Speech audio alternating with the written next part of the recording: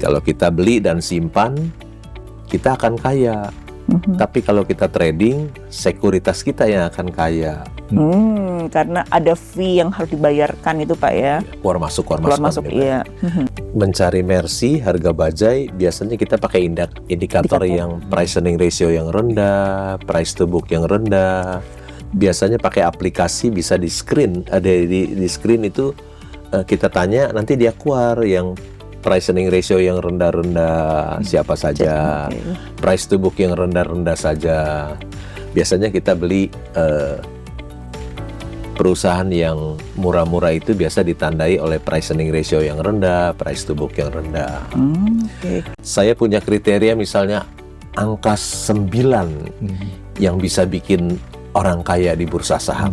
Angka 9. Angka 9. Yaitu apa itu Pak? Angka 9. Angka 9 yang bisa investor saham bisa menjadi kaya dengan angka 9 itu, yaitu belilah saham dengan maksimum price earning ratio 9 kali.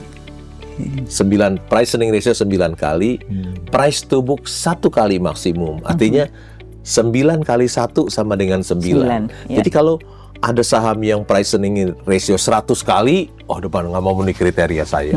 Itu buat orang lain saja, buat para spekulan saja gitu. Saya investor, hanya bisa memenuhi kriteria 9 ini, angka 9 yang akan membawa keberuntungan buat saya, angka 9 ini. Jadi kalau ada orang yang untung saham di saham yang price earning ratio 100 kali, nggak apa-apa, dia bukan investor, dia spekulan aja. Jadi saya itu nggak memenuhi kriteria saya. Saya kan membeli Mercy harga bajai, beli Wonderful Company di harga yang wajar atau yang harga yang murah. Kalau dia turun, harusnya kita senang, bukan cut loss. Harusnya kita gembira karena apa? Saya nggak minta diskon, dikasih diskon loh. Kita artinya cost kita tambah murah. Kecuali kalau dia turun karena ketidakjujuran manajemen, baru kita cut loss. Di luar itu jangan. Kalau ketidakjujuran manajemen dia turun, kita harus berani melakukan potong. Karena fundamental sudah berubah drastis. Tapi kalau semuanya tidak berubah, dia turun, itu berkah buat kita. Artinya tentu nggak cut loss karena perusahaan yang bagus. Saya beli murah, sekarang dikasih lebih murah, tentu itu berkah buat saya. Tambah jadi malah beli akumulasi, lebih banyak, beli lagi gitu Pak ya. Berbeda dengan orang teknikal. Kalau dia saham yang dia beli turun, dia harus stop loss, harus jual. Tapi seorang fundamental beda, begitu saham bagus dan murah dia turun, dia gembira, dia bisa beli lagi lebih banyak. Jadi itulah perbedaannya. Saya biasanya saham yang saya beli 100, biasanya nilai intrinsik perusahaannya biasanya 1000. 100 saya beli. Jadi kalau dia turun ke 80, saya tidak pernah menyesal. Tapi malah saya bersyukur belinya lebih agresif, lebih banyak, lebih agresif. Jadi saya dapat potongan harga lagi. Sudah terdiskon 90%, sekarang tambah lagi diskon. Jadi saya nggak pernah menyesal yang beli di 100, tapi saya akan nambah lagi lebih agresif, nambah lebih banyak, lebih agresif. Karena sebetulnya value sesungguhnya sudah ketahuan. Ketika kita membeli saham satu perusahaan, jangan pernah membeli kucing dalam karung. Jadi kita harus tahu apa yang kita beli ya. Bagaimana supaya tahu? Ya tentu kita harus baca annual report-nya sehingga kita tahu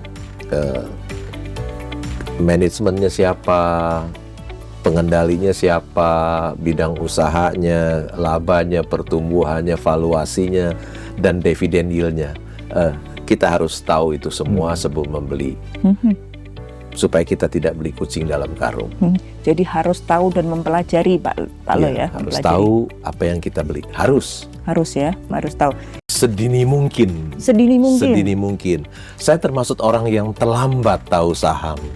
Umur 30 tahun baru pertama beli saham, dan saham itu pun beli kucing dalam karung usia 30 tahun. Sangat telat sekali.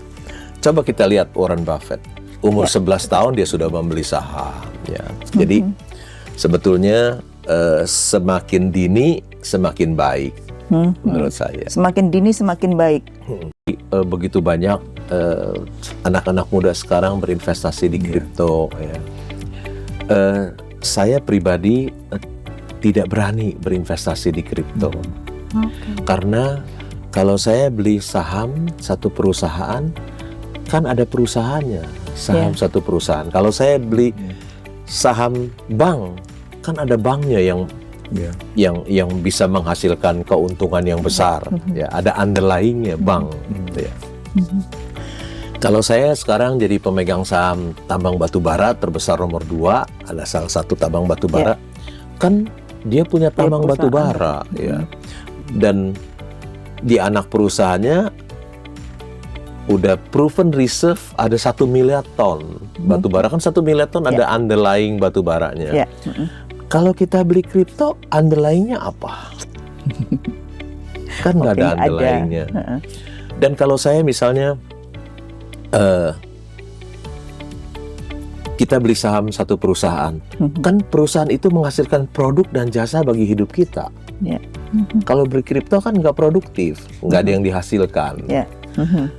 Kalau saya beli saham satu perusahaan, kan perusahaan itu bisa menciptakan lapangan pekerjaan yang banyak. Kan makin banyak lapangan pekerjaan tercipta, makin sejahtera bangsa dan negara kita. Sedangkan kalau beli kripto, kan beli saham perusahaan itu menciptakan banyak lapangan pekerjaan. Beli kripto kan nggak produktif. Dan kalau kita beli saham perusahaan itu kan pembayar pajak yang besar. Kepada negara, bisa buat negara, buat masyarakat, buat infrastruktur ya Pak ya. Iya, buat untuk membantu rakyat miskin. Sedangkan kripto kan nggak produktif. Jadi ke satu tidak ada underlying, kedua tidak produktif, sehingga saya tidak akan membeli kripto. Saya hanya seorang investor saham. Memiliki perusahaan dan kemudian memberikan value yang lebih besar gitu Pak ya kepada ini ya. Salah satu yang saya banyak belajar dari Pak Loh Keng Hong ini adalah beliau ini disiplin. Disiplin. Datang ngajar di Prasetya Mulia ini nggak pernah terlambat, disiplin. Jadi kalau mau jadi investor sukses itu salah satunya harus disiplin. Jadi nggak perlu dibawa ke Magelang dulu Pak ya untuk disiplin. Untuk didisiplinkan. Disiplin dan setia. Pak Lo ini orangnya disiplin dengan pilihannya dan setia dengan pilihannya. Dari dulu tuh value investing. Tadi kalau bicara tentang pengalaman Pak Lo kan ini kan saya beruntung ya bisa menulis ini. Ini sebenarnya untuk kita tinggalkan ya Pak Lo ya buat sobat tutur dimanapun berada. Indonesia, ya. Ini legacy untuk Pak Lo ini bisa istilahnya cuannya beker-beker itu karena tadi value investing tadi itu.